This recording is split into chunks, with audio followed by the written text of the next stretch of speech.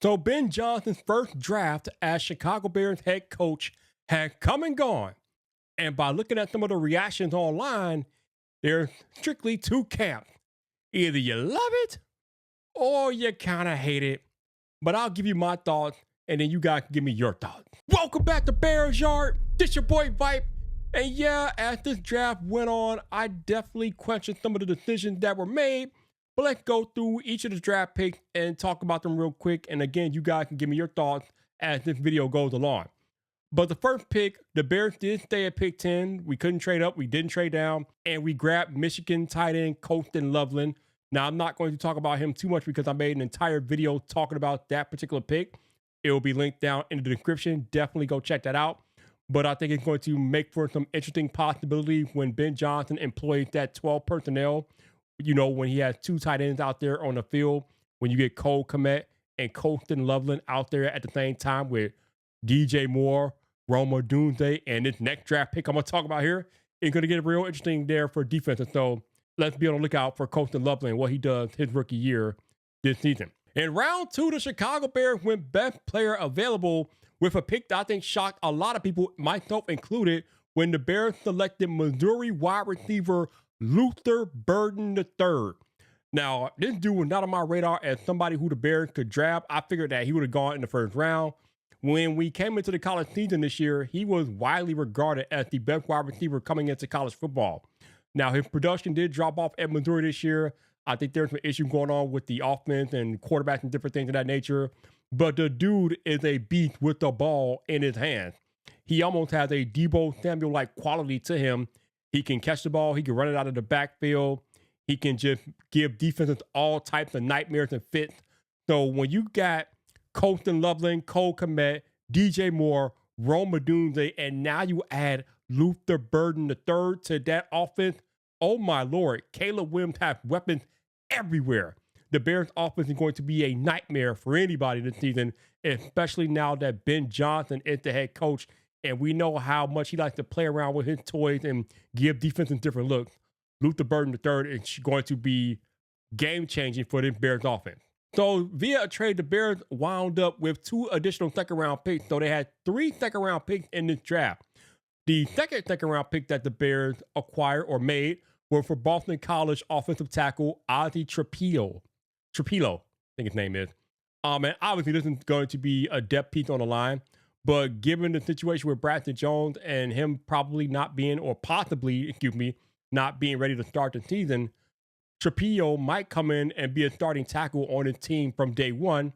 There is a situation where the Bears could move Darnell Wright from right tackle to left tackle because even though Trapilo said he trained playing all the different positions of the offensive line, most of his experience has come playing right tackle.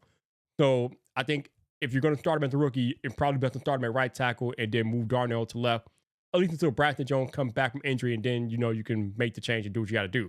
But Trapilo, 6'8", massive guy, Boston College offensive lineman, obviously with the connection between Ben Johnson and Ryan Post and them being Boston College alums, they may have some more intel on him than they have other prospects, but looks to be a solid lineman.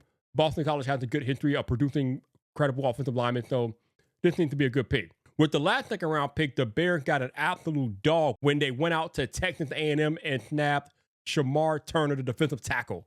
Now, this dude can play all over the defensive line. He can play defensive tackle, defensive edge, wherever you need him. The dude has a dog mentality. He's out there to rip people's hearts out and get it done. Now, oddly enough, this last season, he played practically the entire season with a stress fracture in his foot, which is kind of crazy. That's why his production kind of dropped off. Not to mention they moved him inside. He had pretty solid production playing outside. I think he registered a year where he registered 6 tackles playing defensive edge. So the dude is just a freak athlete, and he's going to be a monster on that defensive line. He reminds me a little bit of a younger Grady Jarrett, oddly enough. And I think he said he watched Grady Jarrett growing up. So Shamar Turner is going to be a problem for opposing defenses. So we get to round 4 because we didn't have any third-round picks because of the trades the Bears made. So we get to round 4, and this is when things started to get a little crazy because the Bears drafted in round 4 Maryland linebacker Ruben Hippolyte. Now, the dude was projected to go undrafted or at the very minimum in round 7. So I'm not sure why the Bears drafted him, but I think this is a trade pick. I think round 4 through 7 were more trait picks than anything else. They weren't really production, they were trait. Ruben Hippolyte is like, I think 6'3" or something like that, but the dude runs a 4.36 40. So when you have a linebacker that fast, that can create problems for defenses, especially if Dennis Allen employs him in a pass rush role. Now, Ruben Hippolyte is also another defender that has positional versatility because he could play every linebacker position, and he did at Maryland. So you could put him inside, you could put him outside. But with that speed, I really feel like they should utilize him in a pass rush capability because with 4.3 speed out there rushing the quarterback, good luck with that. I mean, that's going to be difficult to deal with for anybody. So if Ruben Hippolyte can't make the field, I think he could be a pass rush threat for the Chicago Bears at linebacker. We'll see how Dennis Allen employs him in the 2025 NFL season. So then that takes us to round 5 where the Bears acquire UTSA's cornerback, Zy Frazier. This dude, again, trade pick. He's 6'3", runs a 4.3 40, and he is going to add some depth to the cornerback position. Now, the cornerback room is kind of loaded for the Bears. We got Jalen Johnson, Tyreek Stevenson. Oh, man, the other guy. Can't forget the other guy's name. I know Josh Blackwell's back there. Kyler Gordon's in that room. But we got a loaded room at corner, and Zy Frazier is now really going to add depth to that corner room. He might have some special teams ability to him as well, because obviously if he wants to see the field, that's probably where he's going to begin. But yeah, with the traits and the athleticism that he possesses, he could be a problem if he ever makes it on the field and gets to play corner for the Bears. So you never know. Then we go to round 6, and the Bears add more depth to the interior offensive line by selecting Michigan State guard Luke Newman. Now, apparently he's a guard-center combo, so he can play guard or center. So he is definitely going to add some much-needed O-line depth because as good as we did upgrading the O-line in the free agency period, the depth was kind of questionable. So with the additions of Trapillo being tackled, and now you got a guard-center combo and Luke Newman, the Bears add some much-needed trench depth in this draft, and I think people are going to be satisfied with that. So that takes us to the last round, pick 7, and the Bears waited to round 7 to grab a running back finally, and they grabbed Rutgers' Cal Monagai. Now, Cal Monagai did lead the Big Ten in rushing back in 2023, but he rushed over 1,000 yards twice in his career. The dude is a bowling baller for running back. He kind of runs similar to Ashton Jeanty in that way. He can make you miss. He can run around you. He can run through you. He's not as fast as Ashton Jeanty, but he plays faster than he runs. I think Cal ran a 4.6 40, but when you look at his tape and highlights, he looks a lot faster than 4.6 on that field. But if he can actually make it on the team and you know, find his place and we can get him some touches, he might be a very amazing short yardage back, and he could probably do more than that. But I wish we would have drafted a running back sooner in the draft, but I think with the way the board kept falling, people kept selecting running back before the Bears picked. The Raiders took Jeanty before the Bears could get him. Then in the second round, before pick 39, the Browns took Quinshon Judkins, I think at pick 33 or whatever. And then the Patriots took Travion Henderson at pick 38. Bad things kept happening as it relates to the Bears getting a quality running back in this draft. So I guess they just decided, you know what, we'll just wait until the round 7 and see what we could do. And Cal Monagai is that result. I think he might surprise some people if he can find his way on the field. And if you listen to the reactions around the internet about this particular pick, there's a lot of people that seem to believe that he's going to make his way on a football field for the Chicago Bears. But overall, I think it was a solid draft.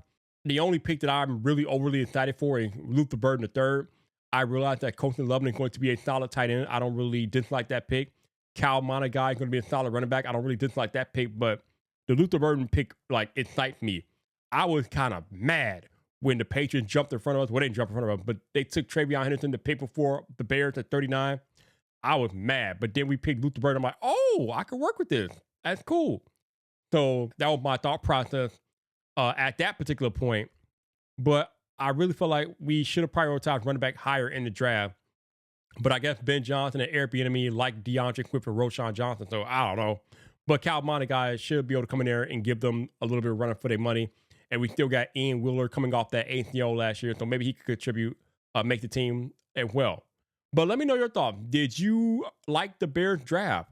Did you think that Ben Johnson and Ryan Pope made picks that made sense to you? Drop a comment. And if you want more Bears thoughts and opinions from me, check out that video right there.